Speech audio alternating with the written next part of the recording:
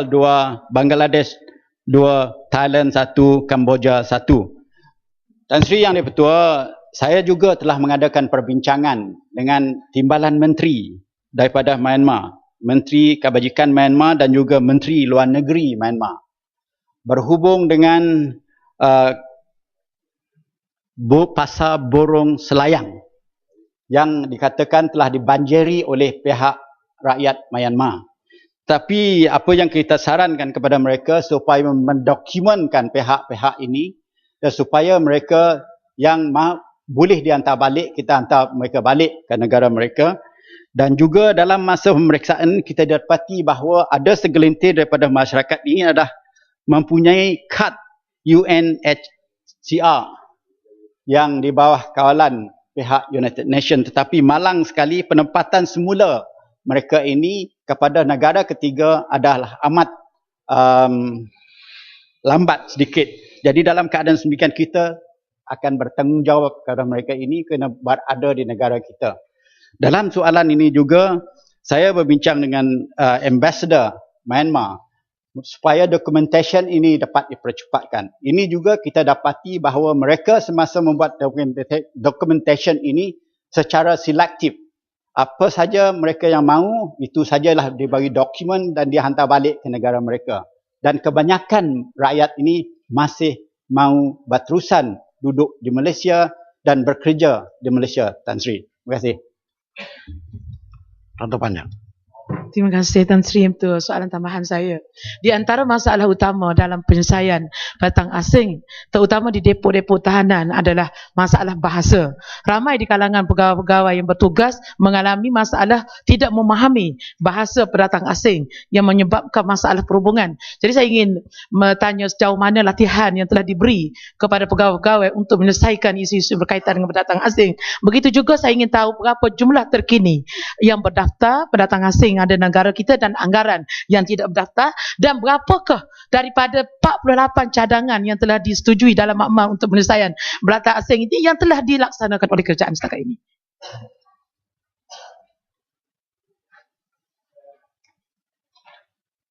Tan Sri, terima kasihlah. Sebenarnya dalam peraturan tu satu soalan saya, Tan Sri.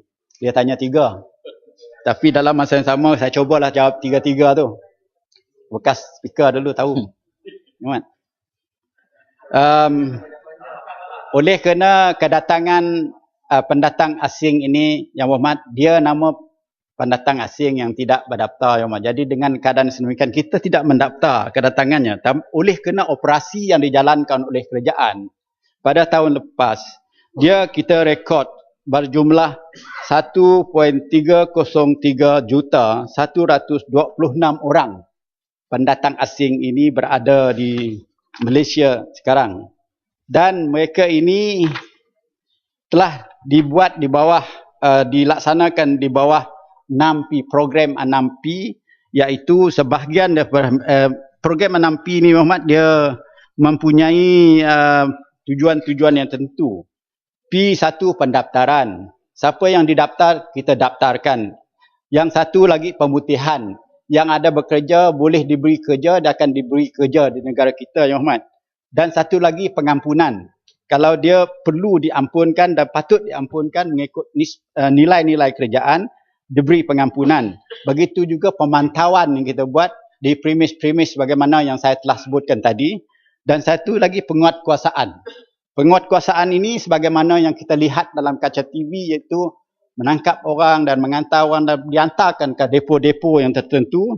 Tetapi depo-depo ini sekarang kita dah dibanjiri masyarakat asing, ya Mat. Dan pecahan dalam depo kita pun dah hampir semua depo kita dah hampir penuh dah. Jadi kalau kita tangkap lagi, buat operasi lagi hingga tak ada tempat lagi di negara ini, di depo-depo kita sini untuk nak simpan. Kalau kita tangkap semua pendatang asing di negara kita, Yang Mat, nak cari depo tempat simpan tak ada tempat lagi, Yang Mat. 1.3 juta, Yang Mat, ya. Jadi dalam keadaan yang demikian, kerajaan mesti melihat program 6P ini dilaksanakan. Yang lain dah diam lah, Yang Mat. Yang lain tu diam lah. Tu Yang Muhammad bertanya tadi mengangguk, dia setuju tu. Dia setuju tu. Lepas itu, yang lain itu adalah untuk diusirkan. Ya, pengusiran. P yang akhir ialah pengusiran. Jadi yang pengusiran ni yang berhormat, kita kena kerjasama dengan negara-negara sumbar. Negara-negara sumbar ini perlu memberi dokumen kepada mereka ini. Kalau dokumen ini slow lah kita mengusir mereka daripada negara kita. Ini belum habis cerita dah. Bising.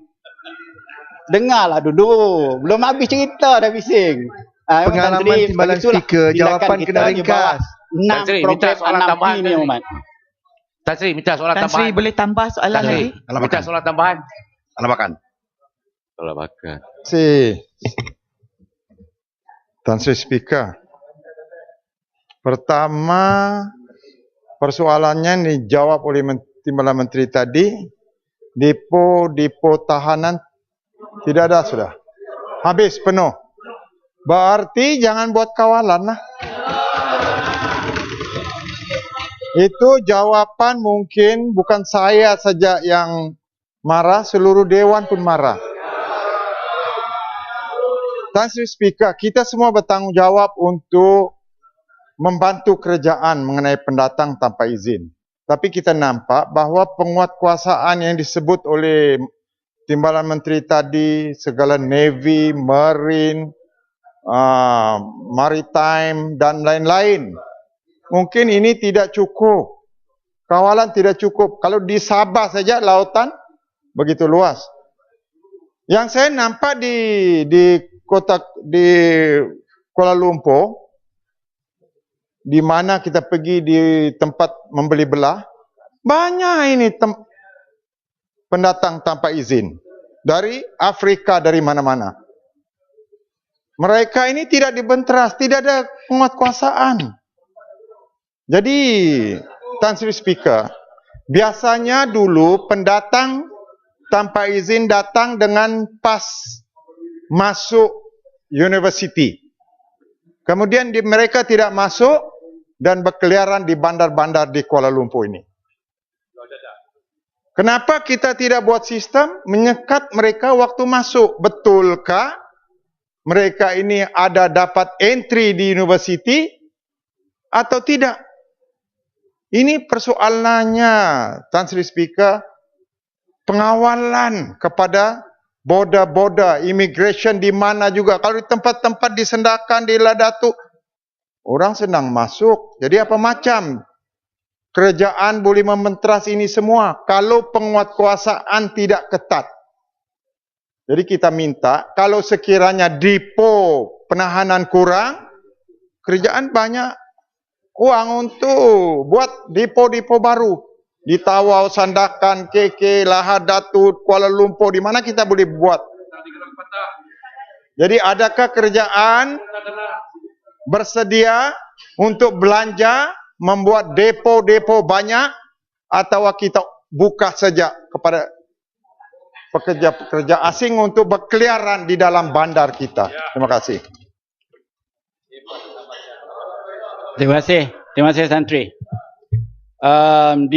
Kita mempunyai 12 depo, Yang Hormat Tan Sri.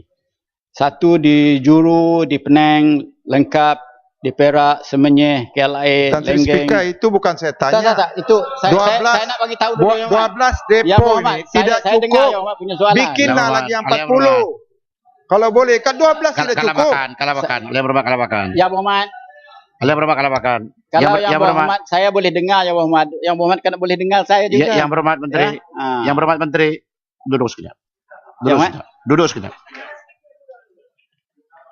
Yang berhormat, saya ingatkan kembali bahawa dalam sisi soal jawab, apabila ada soalan tambahan, soallah. Kerana soalan tambahan means eliciting information from ministries, bukan giving information. Saya dapati tadi kalabakan panjang mukadimah. Baru juga Menteri menjawab 1-2 perkataan, sudah disanggah. Jadi kalau mukadimah panjang, kalau di sini pun ada mukadimah juga tak berapa panjang, tak apalah. Sila Menteri. Tan Sri memang biasalah Tan Sri. Mukadimah panjang-panjang tu. Terima kasih Tan Sri. Kita mempunyai 12 depo tahanan. Yang saya sebut tadi termasuklah di Melaka, di Ajil, di Semunjak, Berkenu, Bukit Jalil, 12 depo.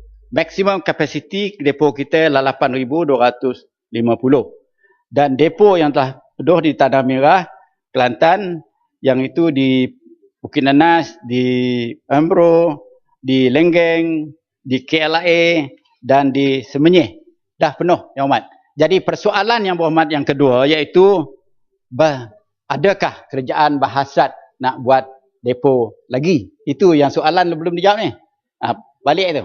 Mengikut peraturan Tan Sri, kalau di India tak boleh tu. Lepas bercakap keluar. Jadi kerajaan tengah memikirkan, merancang dan memikir apakah yang boleh dibuat kalau depo-depo ni semua dah dipenuhi oleh tahanan-tahanan daripada parti ni. Supaya kita boleh menangani parti secara holistik dan menyimpankan pihak-pihak yang datang secara haram. Lagi saya nak jawab sedikit juga, Tan Sri, minta maaf. Yang datang secara haram bukan dia secara haram sebagaimana yang berhormat daripada Kelabakan sebut. Ada yang datang bersekolah sini sebenarnya dia datang sekejap lepas tu tak bersekolah. Dia juga diklasifikasikan sebagai pendatang haram. Ada yang bekerja sini dah tamat pekerjaan dia tak nak balik sebab dia dapati Malaysia ni mewah, sedap, semuanya elok, semuanya baik. Kita saja sebut nama Malaysia ni tak baik. Tapi mereka ini mengatakan Malaysia is heaven for a lot of them. Jadi dalam keadaan demikian, Tan Sri, kenapa mereka tak mahu balik? Bila mereka tak mahu balik, akhirnya diklasifikasikan sebagai pendatang asing. Sebenarnya kebanyakan mereka ini memang datang secara halal. Tapi sebahagian memanglah ada pendatang asing yang secara haram. Umpamanya masyarakat Myanmar yang datang. Bila dia sampai saja satu tempat, dia tebuk lubang pada perahu dia supaya karam, dia lihat sama ada selamat ataupun tidak. Kalau kita tak selamat, kita jahat di mata dunia. Kalau kita tak selamat, itu tarikan pada mereka. Jadi dalam keadaan demikian, kita telah ditempatkan di satu tempat yang serba salah. Humanitarian approach kah ataupun undang-undang approach kah yang kita nak buat. Itu pun kita telah diklasifikasikan oleh pihak. Jawapan menteri itu adakah dia buat kajian bahawa mereka-mereka ini datang di Malaysia Heaven, di mana maklumat itu dapat. Kerana dia datang sini untuk cari makan, dia jual dada-dada, dia buat masalah, banyak-banyak salah di kawasan kita. Bukan Heaven. Ini soalan kan ini. Yang Berhormat, saya ingatkan kembali Peraturan Mesyuarat 37 menyatakan bahawa jangan ganggu Yang Berhormat sedang berhujah kecuali ada alasan. Jangan ganggu. Kenapa bila mengganggu mesyuarat? Sila.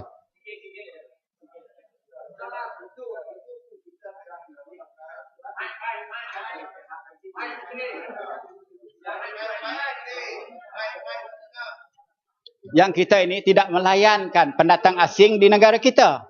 Padahal kita dah membuat satu human approach kepada semua masalah-masalah ini. Jadi mana satu dipilih? Undang-undang kah, human approach kah? Tetapi oleh kerana kita bersifat humanitarian di Malaysia ini, kita gunakan humanitarian approach. Yang soalan itu tadi, sebenarnya Tan Sri, mengikut nisbah yang ada pada kita, 1% saja kesalahan jenayah berlaku di Malaysia adalah dilaku oleh pihak pendatang. 99% dilaku oleh orang tempatan. Tan Sri, terima kasih. Boleh tambah lagi. Yang Berhormat Puan Teresa Kok Sui Sim. Tan Sri Yang di-Pertua, soalan saya nombor 2. Terima kasih. Bismillahirrahmanirrahim. Assalamualaikum warahmatullahi wabarakatuh. Selamat pagi Yang Berhormat Tan Sri Ketua dan yang menanyakan soalan dari Si Putih. Untuk makluman Ahli Yang Berhormat, pada masa ini projek kereta api berkelajuan tinggi ini masih di peringkat kajian daya maju iaitu feasibility study. Sukacita kita maklumkan di sini bahawa kajian ini merangkumi penilaian terperinci aspek-aspek teknikal dan kejuruteraan, kos, kewangan dan operasi serta manfaat sosioekonomi yang telah pun selesai dijalankan dan kini berada di fasa akhir penyediaan laporannya. Jadi kita jangkakan laporan ini muktamad pada penghujung bulan Julai ini. Dan secara umum, koridor yang dikenal pasti untuk projek ini akan melalui semua negeri di antara Kuala Lumpur dan Singapura, iaitu Lembah Kelang, Negeri Sembilan, Melaka dan Johor. Akhirnya berhubung dengan pemilihan tender bagi projek ini kelak, saya percaya kerajaan akan menimbangkan mekanisme terbaik mengikut prosedur, tata cara dan garis panduan pembelian kerajaan yang sedia ada. Sebab itu adalah di bawah portfolio MOF. Terima kasih. Seputih. Terima kasih Tan Sri yang Pertua. Saya hairan yang Menteri Pengangkutan tidak jawab soalan ini. Tan Sri yang Pertua, kita tahu negara kita ada landasan berkembar, double tracking. Dan saya nak tahu sama ada negara kita ni mampu menampung satu lagi projek kereta api berkelajuan tinggi. Dan adakah ini projek berbentuk penswastaan ataupun ini adalah satu projek di bawah kerajaan? Adakah juga ia di bawah KTM?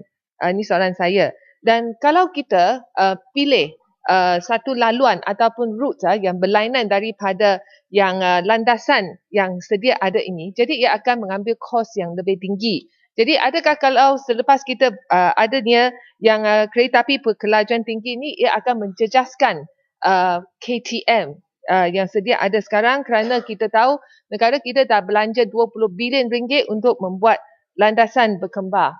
Jadi saya saya rasa yang apa yang dijawab oleh Menteri tadi seolah-olah tak ada jawapan lah. Dan kita tak tahu yang high speed train ini telah pun diumumkan oleh Perdana Menteri sejak tahun 2010.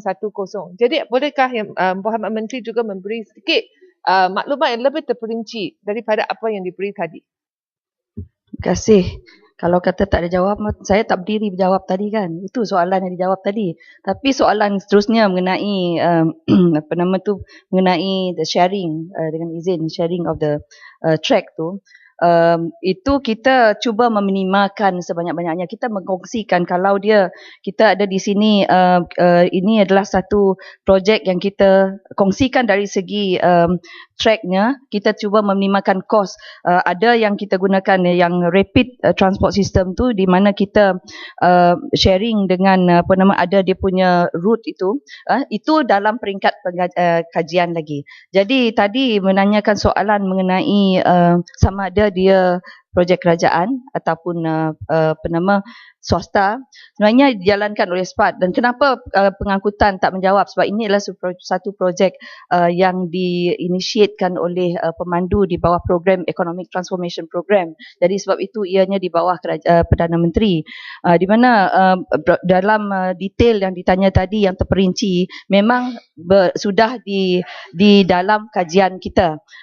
Kita tidak dapat mengeluarkan semuanya yang cerita yang telah dinyatakan dalam kajian, kerana kita perlu persetujuan dari Singapura juga. Sebab ini adalah projek bukan hanya dijalankan oleh Malaysia, ini satu projek yang dikerjakan adalah kerjasama dengan kerajaan Singapura. Jadi apa yang terperinci mengenai railway dia, sama ada kita mampu ke tidak mampu, itu bergantung lagi kepada persetujuan Singapura nanti. Kita akan bertanggungjawab kepada bahagian yang mana kita yang bertanggungjawabnya di bahagian negara kita sendiri. Terima kasih. Saya ternampak putatan dulu. Dalam fikiran saya tadi saya tidak mau panggil pasal terlalu banyak cakap. Tapi tak apa, putatan sila. Memang Tasik, terima kasihlah Tasik. Soal bisa putih ni, soal landasan ni, Tan Sri. Kalau kita melihat sharing dengan apa yang ada pada sekarang, ini bukan dianggap sebagai high speed train sudah. Saya rasa anggaran itu walaupun mengurangkan perbelanjaan, ini tidak bermaksud kita bertambah baik. Jadi adakah pihak kementerian, pihak SPAT melihat perkara ini supaya kita juga ada kebolehan seperti mana yang diadakan di Taiwan dan di negeri China, bahawa kita berpakat dengan kerajaan Singapura yang mana pihak swasta akan menerajui projek seperti ini. Dan soalan yang seterusnya, berapakah anggaran yang dianggap sebagai economical dan berapa anggaran yang dianggap sebagai berstatus kepada negara maju pada tahun 2020. Ini patut cepat sudah tahu. Jangan masih dalam kajian, belum lagi runding dengan Singapura. Apa ini? Pengumuman itu sudah dibuat lama sudah. Terima kasih Tan Sri Ketua, terima kasih di atas soalan pertanyaan tadi. Mengenai sharing tadi lagi, kalau saya nak sentuh kat sini, rapid transport system itu adalah satu, ada dia punya alignment sendiri dan high speed rail tu satu lagi alignmentnya. Ada kalanya macam dekat Singapura dengan di peringkat Kuala Lumpur ni, Greater Klang Valley ni, kita akan menggunakan apa yang ada. Lepas itu itu satu perkara yang lebih teknikal yang saya nak nyatakan di sini.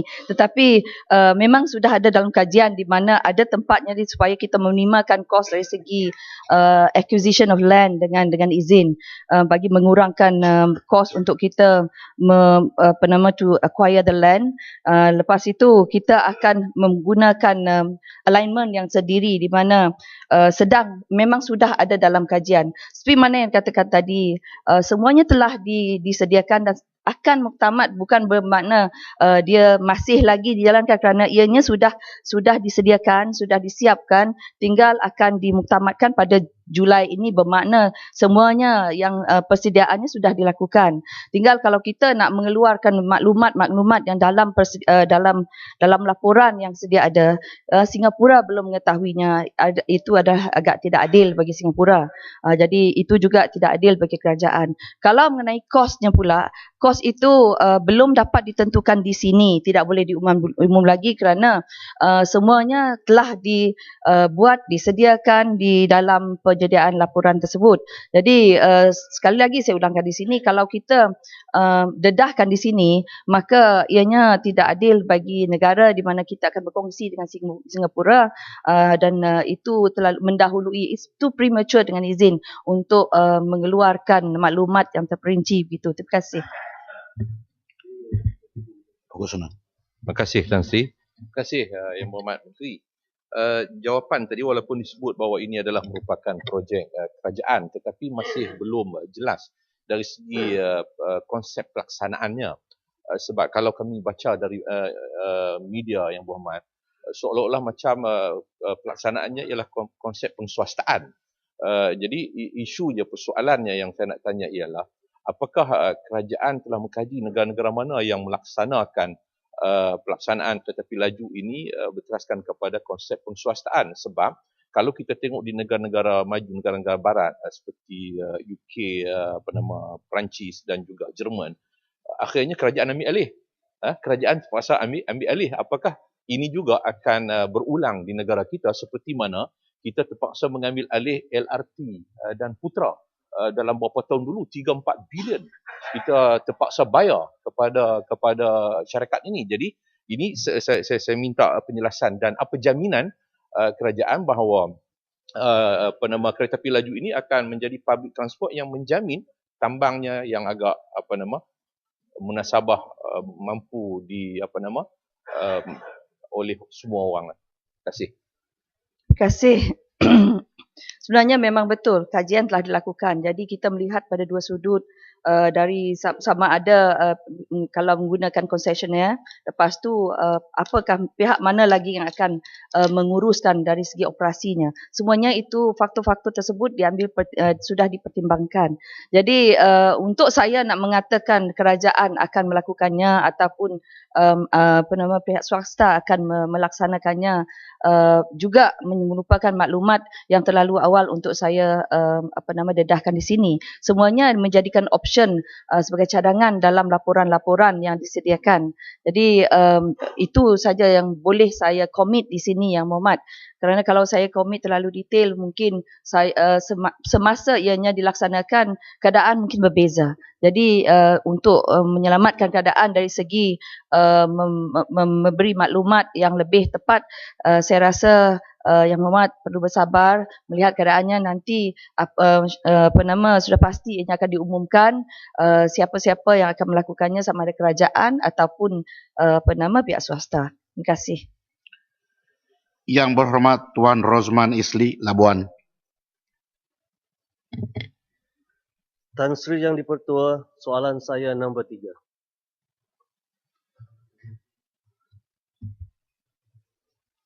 Assalamualaikum warahmatullahi wabarakatuh. Yang berbahagia Tan Sri Yang di-Pertua, untuk makluman ahli yang berhormat Labuan serta makluman kepada ahli-ahli yang berhormat, kerajaan sentiasa menggalakkan mana-mana syarikat penerbangan negara atau asing juga untuk menyedia dan meningkatkan kekerapan perkhidmatan penerbangan ke Labuan. Walau bagaimanapun, keputusan untuk menyediakan dan meningkatkan kekerapan perkhidmatan penerbangan tersebut adalah merupakan keputusan komersial ataupun commercial decision dengan izin syarikat-syarikat penerbangan tersebut yang ditentukan berdasarkan kepada commercial viability sesuatu laluan. Pada masa ini, kerajaan mengambil beberapa langkah pendekatan bagi meningkatkan kekerapan penerbangan dan menggalakkan lebih banyak syarikat penerbangan mendarat di Labuan. Dan bagi memenuhi permintaan dan meningkatkan sektor pelancongan, langkah-langkah telah diambil. Pertama, rundingan dua hala ataupun bilateral air agreement dengan negara-negara asing pada setiap tahun diwujudkan untuk meningkatkan hak-hak trafik penerbangan di antara Malaysia dengan negara-negara tersebut. Sebagai contoh, pada bulan Jun yang lepas, pihak kementerian telah mengadakan rundingan udara dengan kerajaan United Kingdom di London, yang mana telah termeterai diwujudkan dasar langit terbuka di antara Malaysia dan United Kingdom, yang membawa makna syarikat penerbangan daripada United Kingdom boleh terbang dan mendarat di mana-mana destinasi di Malaysia, termasuk Labuan. Seterusnya, langkah yang lain iaitu memasukkan Labuan sebagai salah satu destinasi yang diliberalisasikan di bawah Asian Multilateral Agreement on the Full Liberalization of Passenger Services. Di bawah perjanjian ini telah ditandatangani dan diratifikasi oleh Malaysia pada tahun ini, dan syarikat-syarikat penerbangan daripada negara-negara ASEAN dibenarkan untuk mengadakan penerbangan di antara mana-mana destinasi ASEAN tanpa had kekerapan, kapasiti dan jenis pesawat. Seterusnya, pihak kerajaan juga telah menurunkan passenger service charge daripada RM65 kepada RM26 untuk penumpang-penumpang antarabangsa di semua lapangan terbang sekondari termasuk lapangan terbang di Labuan. Seterusnya, pihak MAB juga menawarkan pelbagai insentif kepada syarikat-syarikat penerbangan daripada luar negara yang beroperasi ke mana-mana lapangan terbang termasuk lapangan terbang Labuan dengan Airline Incentive Program. Terima kasih. Labuan. Soalan tambahan saya menyentuh dua perkara yang di-Pertua dan YB Timbalan Menteri. Lapangan terbang Labuan juga digunakan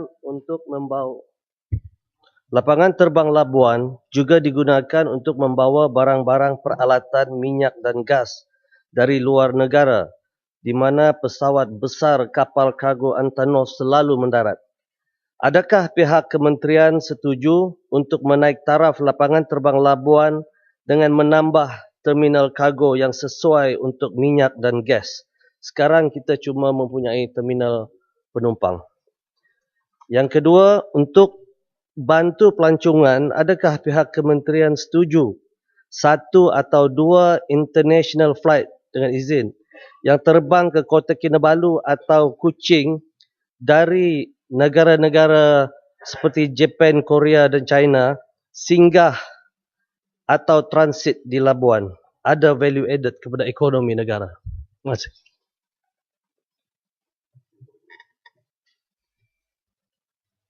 Yang berbahagia Tan Sri Yang di-Pertua, untuk lapangan terbang Labuan pada ketika ini masih underutilized. Dan mengenai kargo pada masa ini juga belum ada perancangan untuk meningkatkan keperluan kargo.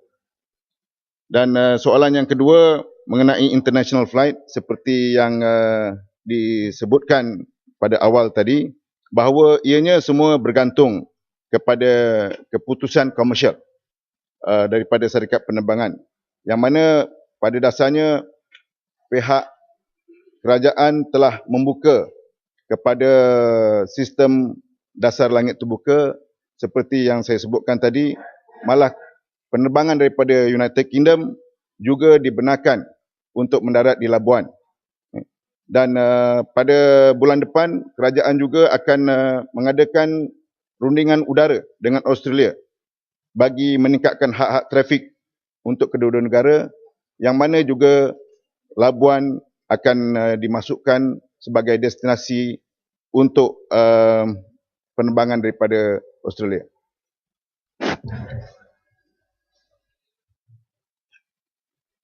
Terima kasih Tan Sri.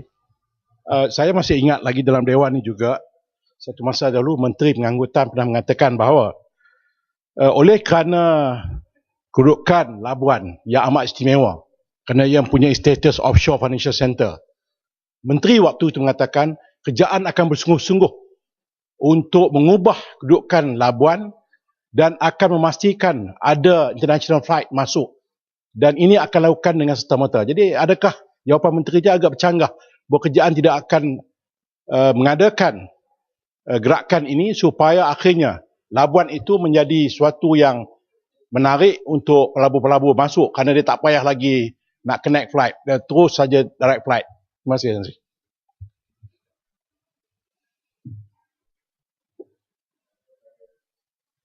Yang berbagai Tan Sri, mengenai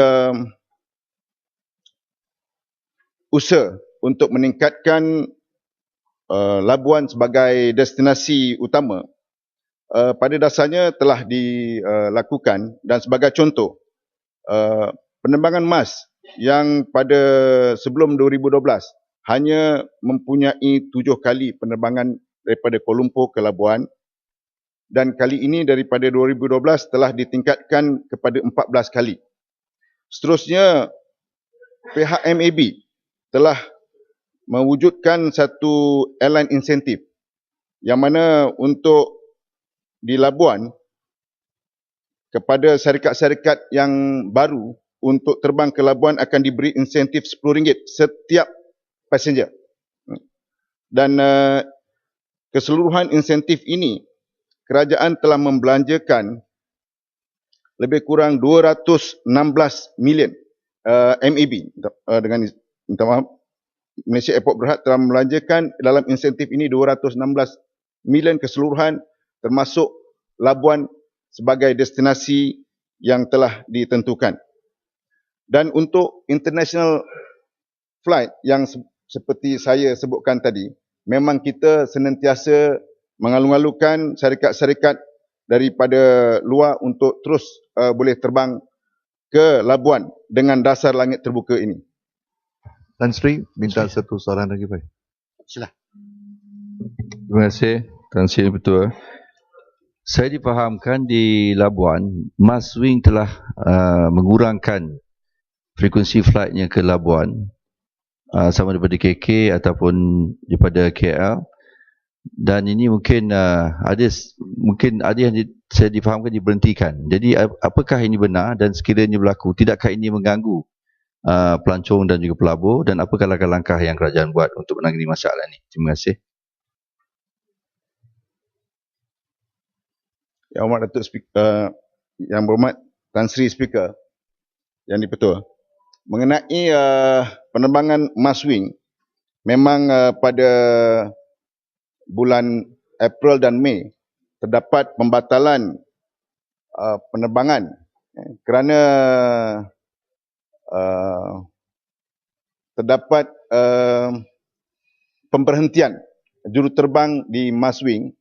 Ini ekoran daripada pewujudan satu airline baru, penerbangan baru, yang mana terdapat pembinahan juruterbang daripada Maswing, dan saya difahamkan lebih kurang 27 juruterbang Maswing telah berhenti berpindah ke tempat lain, dan sekarang pihak Maswing sedang melatih juruterbang yang baru untuk menggantikan juruterbang yang telah pindah, dan ianya mengambil masa, dan dijangka dalam bulan Julai, ujung bulan Julai, penerbangan Maswing khususnya di Sabah dan Sarawak akan kembali pulih.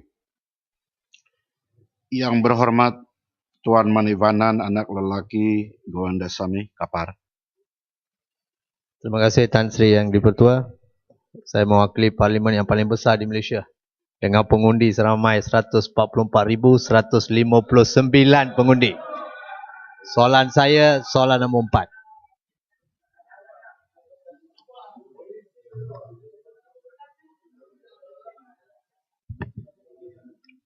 Bismillahirrahmanirrahim. Assalamualaikum warahmatullahi wabarakatuh. Salam sejahtera. Salam satu Malaysia. Terima kasih Tan Sri Yang di-Pertua, dan juga terima kasih kepada Yang Berhormat Kapar bagi menjawab soalan Yang Berhormat. Kerajaan mengambil beberapa tindakan untuk mengawal keadaan supaya harga barang-barang basah tidak melambung naik, sentiasa berlaku, terus-terusan naik kerana ianya membebankan pengguna. Kita amat sedar akan perkara ini. Jadi dengan sebab itu beberapa langkah telah diambil. Satu daripadanya ialah apa yang diambil oleh pihak Pama. Pihak Pama mengambil tindakan membina pasar tani untuk membolehkan bekalan hasil-hasil pertanian itu dibawa terus ke pasar tani dan memastikan harganya ada harga yang berpatutan. Dan pada masa ini kita ada 508 buah pasar tani, dan dalam perancangan kita akan menambah pasar tani ini menjadi 1,000 buah dalam tempoh 7 tahun yang akan datang ini, berperingkat-peringkat.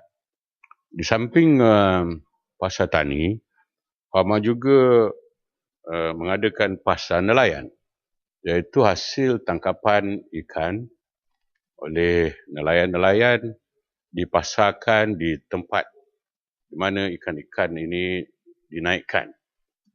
Dan pengguna-pengguna, pembeli-pembeli boleh membeli terus daripada nelayan-nelayan ini di pasar nelayan.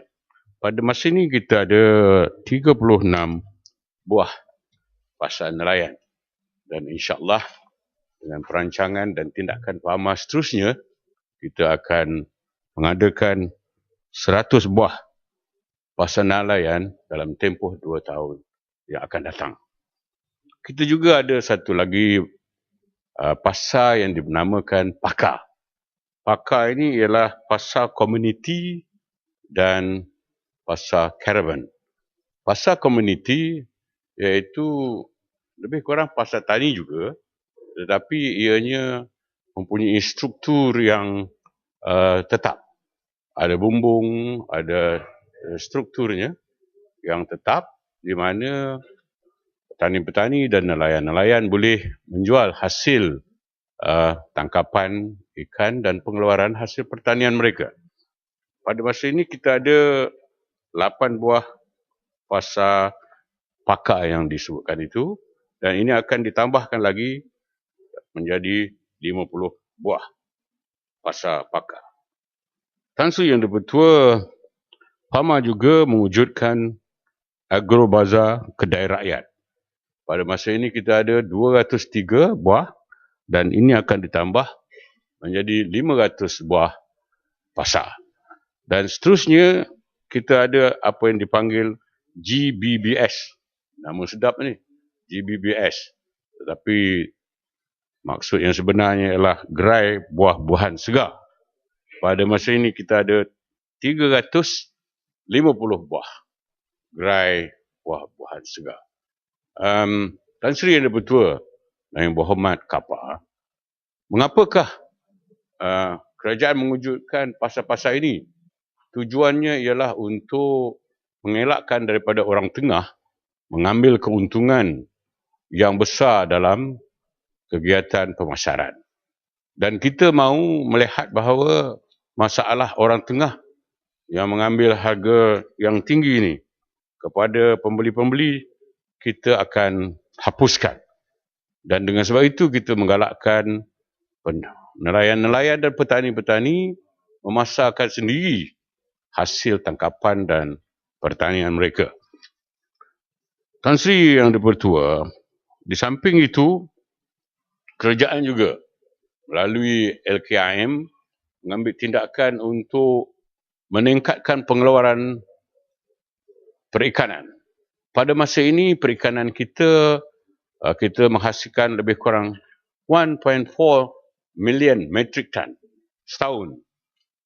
Ya, tapi daripada jumlah ini, boleh dikatakan 90% adalah tangkapan ikan laut. Manakala ikan yang dibela, ikan yang dibela dalam sangka ternakan ataupun aquaculture ini, hanya 10% sahaja. Dan ini menjadi satu masalah di mana iaitu didapati bahawa harga ikan laut dengan ikan air tawar ini dia 50% jauh bezanya. Dengan sebab itu kerajaan pada hari ini ingin menggalakkan ataupun kita mahu melihat bahawa penangkapan ikan daripada ikan air tawar ini ditambah menjadi 50 ke 50% nisbahnya. Dengan itu kita akan dapat mencapai dua matlamat. Pertamanya, meningkatkan hasil pengeluaran ikan yang lebih terjamin, kerana kalau menangkap ikan di laut, kita tidak menentu dengan cuaca dan sebagainya. Manakala ikan yang dibela di dalam sangkar, dia tidak tertakluk kepada instability ataupun risiko cuaca dan berbagai risiko lagi. Selain daripada itu, dia punya harga juga adalah rendah. Jadi kita mempunyai dua matlamat. Dapat menghasilkan tangkapan ikan, pada masa yang sama kita boleh memberikan harga yang lebih rendah kepada pembeli. Faham tak tu? Faham. Kalau faham, terima kasih banyak. Kapar. Terima kasih Tan Sri Speaker. Saya terima jawapan tadi. Tidak dapat dinafikan juga bahawa harga barang basah ni naik mendadak sampai dikawal di bulan Ramadan yang mulia ini. Sebagai contoh, ayam RM8.5 dah jadi RM9 sekilo. Ikan bawal RM18 sudah menjadi RM22 sekilo. Ikan kembung RM12 menjadi RM18 sekilo. Bagaimana dan apakah komitmen kerajaan termasuk kementerian membantu masyarakat Malaysia khususnya orang Melayu yang beragama Islam yang perlu bersahur dan berbuka puasa dengan mengawal harga barang basah sepanjang bulan Ramadan dan seterusnya bulan perayaan ini secara positif dan praktikal. Terima kasih. Terima kasihlah kerana simpati kepada kita yang nak berpuasa bulan Ramadan ini. Ya. Tan Sri Yang Di-Pertua, jawapannya senang saja. Kita akan membuka ruang supaya menambahkan perbekalannya. Kalau tak cukup perbekalan daripada tempatan, kita sebagaimana yang telah diumumkan oleh Menteri Pertanian, kita akan membuka permit untuk import. Ya? Ayam-ayam ini daripada luar negara. Seperti daripada Thailand, Australia dan beberapa buah negeri yang lain. Dan kita menghadapi masalah kenaikan harga ini bukan sahaja perbekalan, tetapi market manipulation, market distortion dengan izin. Dan ini yang memerlukan kawalan supaya penyangak-penyangak yang mengambil untung besar ni sebenarnya perlu kita awasi dan ambil tindakan. Terima kasih. Penang.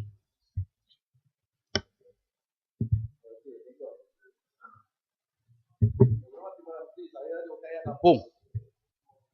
Jawapan yang berhormat tentang farmer itu terlalu ideal. Seolah-olanya farmer bergerak setiap daerah, setiap kampung, jual barangan kampung. Yang berhormat tengok dululah. Pergi tengok dulu, buat kerja di bawah. Saya tak nak tengok di Penang ada pasar tani farmer yang jual barang murah. Pertamanya, betulkah, benarkah jawapan yang berhormat itu bahawa farmer memainkan peranan memasarkan barangan kampung kepada masyarakat tempatan. Yang kedua, untuk menjamin harga yang murah. Apakah farmer sanggup membeli cili RM18 1 kilo, jual kepada rakyat dengan RM6 sekilo? Apakah mampu farmer melaksanakan? Tan Sri yang bertua. Kalau nak suara tinggi, saya boleh lebih tinggi lagi. Tak ada masalah. But dengan izin, I'm sitting here in different place. See? Janganlah yang berhormat bersangka buruk terhadap farmer. You can see dengan izin what farmer is doing. This is bukan dengan izin. This is not storytelling yang berhormat. Tan Sri Speaker. Ya, kita tengok. Tak mungkin kita nak ada pasar tani di seluruh negara dalam satu masa. What can you do overnight? Can you do? Anybody can do? So, Farmer dah berapa tahun? No. Farmer dah berapa tahun dah? Ya. Kita buat, saya dah sebut angka. Angkanya tadi saya sebut, Tan Sri yang bertua, ya. Saya dah sebut angkanya.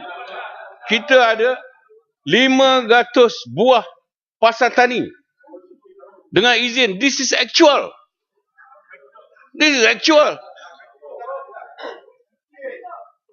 Yang berhormat tanya tadi, adakah farmer mempunyai pasar tani sebagaimana yang saya sebutkan? Ada. Benar dah, benar. 508. And then we have a plan dengan izin. Kita ada perancangan yang konkret dan benar untuk membina 1,000 buah lagi. Kita ada. Ini bukannya satu cerita yang direka-reka. Kalau yang berhormat nak tengok, datang ke pejabat farmer, kita tengok perancangan 1,000 buah lagi ni. Ya, yang berhormat jangan nak tunjuk pandai semata-mata. Yang berhormat dulu veteran. Terima kasih. Sila berhormat. Terima kasih. Ya, Tuan Speaker, kalau Yang di-Pertua. boleh soalan tambahan untuk Kelana Jaya belakang sini. Terima kasih Yang di-Pertua. Saya nak bertanya kepada Menteri berkenaan dengan subsidi yang diberikan kepada nelayan RM200 setiap bulan. Tetapi masalahnya yang dapatnya ialah tauke bot, tidak kepada nelayan. Satu. Yang keduanya ialah berkaitan dengan soalan daripada Pendang juga. Selalu Menteri menjawab peranan LKIM, farmer dan sebagainya. Realiti yang berlaku di kampung, apabila kita berjumpa dengan pihak farmer berkenaan dengan soal, misal katakan mereka menghadapi masalah untuk memasarkan serai, puyuh sebagainya. Apabila petani buat, tiba-tiba apabila mereka nak jual kepada pihak farmer, farmer kata kami tak boleh beli banyak. Akhirnya inilah yang berlaku. Sebab itu kita harapkan Pak Menteri bercakap supaya turun juga ke medan.